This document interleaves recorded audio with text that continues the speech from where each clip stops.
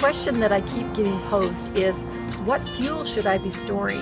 And the question comes down to, how are you going to cook, how are you going to heat, and how are you going to have lighting? So after you've determined what you're going to use, then you will know exactly what you need to store. But let's talk about cooking for a minute. If you have no electricity or gas, what can you use in your home? What can you take with you level 2 and level 3 that is portable enough? But more importantly, what will be renewable energy that you can utilize for a long time?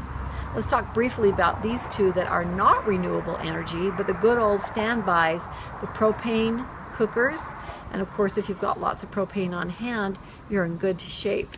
I also love this new little find. It's about $19.99. It's a small little one burner. It does take the butane cartridges, but what a fast way to throw this in your gorilla cart, in your deer hauler, whatever it is, and take the cartridges with you and be able to cook. My next three favorites, of course, the Dutch oven. Who doesn't love Dutch oven cooking? And if you've got the charcoal and everything that goes with it, it makes an incredible meal. Make sure you've got the chimney and all those things that go with it, lighter fluid, so that it's fast and effective. But you really have to look at a Dutch oven as an extension of your cookware, because that can be utilized over a fire, it can be utilized over propane in a lot of different ways.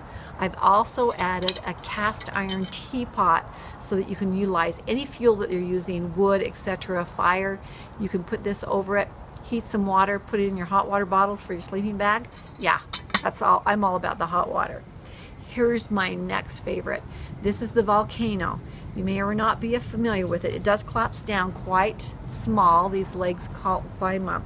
What this can do is wood, charcoal, and propane. It has all those if you get the Volcano too. What I also love about this is the fact that you can use it as a grilling surface. And if you add this optional cover, it can turn into a convectional oven, and you can actually do some pretty serious baking in it. So I love this because it will utilize the Dutch oven, and in a compact little place you can contain your charcoal, your wood, etc. So this is a really good grab and go.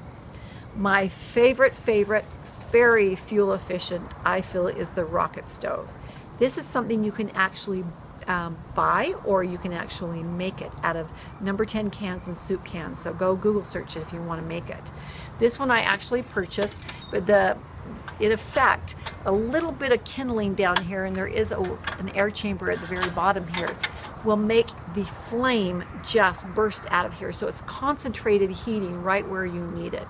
They do have some specialized pots, and I did buy the one that fits on this one, and it's hollow around it. So as you put this here, the heat is not only concentrated on the bottom, but up and around the sides, and then you can see it has vents to come out. So this is very fuel efficient. This is one of my top finds that I would recommend. Okay, one of these two is a must-have. You have to have today somehow, because this will save you more fuel than anything. Anything that you cook and bring to a boil for up to 3 minutes, you can then place in one of these thermal cookers, and it will continue to cook for hours, even up to 8 hours, and still stay incredibly hot. The premise behind it is that of like a thermos. You basically heat up your food, cook your food, bring it to a boil, then you place it in the thermal cooker, close it up, no peeking, keep the heat in there, and it will continue to cook. The nice thing about this thermal cooker is that it does have the opportunity to cook 2 different foods at the same time. So you can maybe have rice and beans going at the same time in this thermal cooker. The beauty behind this thermal cooker that I made is the fact that I made it for $12. And basically what it does is when you bring your food to a boil, and boil it for about 3 minutes, then you're going to place it down in the thermal cooker. I usually will even take, you know, those emergency blankets, those aluminum ones.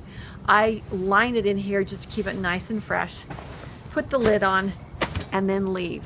You can do soups, you can do roasts, anything that you can do on the cooktop you can do in here. It also will do bread. Yes, bread. You boil water, then you put your dough down into a greased bag that you had left over from your cereal. Remember those waxy cereal things that you throw away? Put your dough down in that, then put it in a boiling bag, put it in there, walk away, come back whenever you want. It's not going to burn. That's the great thing. You come back to a crustless bread that is absolutely delightful. I have the pattern for this down below. If you can enlarge it, I did make it bigger than the patterns that you find on the internet because I found that I wanted to be able to use this large of a pan instead of a small one. So one of these two today you have to have. Okay, so here's my pick for the Granddaddy. Definitely must-have thing if you can afford it. Around $300 to $350 depending on if you get accessories with it. The solar oven is well worth the money. As you can see, it sets up pretty darn fast. It has a compartment that seals off with a self-leveling shelf in it. You do have to cook with non-reflective cookware, so use anything dark. I also have these flexible cookware that work absolutely fabulous in there. I've also done cakes in just jars. I spray painted them with outdoor paint and left a little strip so that I could see when things were rising. Cakes in these are fabulous. Another way you can cook in the jars is quite literally covering it with a little fabric bag or with a sock. Anything that will absorb the energy or absorb the sun and the heat as opposed to reflecting it. Aluminum or tin foil does not help you in a sun oven. But as long as you've got sun, you're getting 350 degrees, maybe a little bit higher, of heat inside of this thing. I actually own two. One is because I cook a meal in it, the other one is to bake breads or cakes or other things in it. I do believe a time will come when we won't be cooking 3 meals a day because of the need to save fuel. And if that be the case, then you can cook your meal in the morning and be cooking breads or cakes or muffins or protein things in it, in the other one for a snack that night. This to me is well worth the investment if you can add it to your repertoire. But bottom line, of these things that I've shown you, what do you have? What would you like to add? And go out today and do it. Remember, preparedness is about being prepared, not just thinking about it.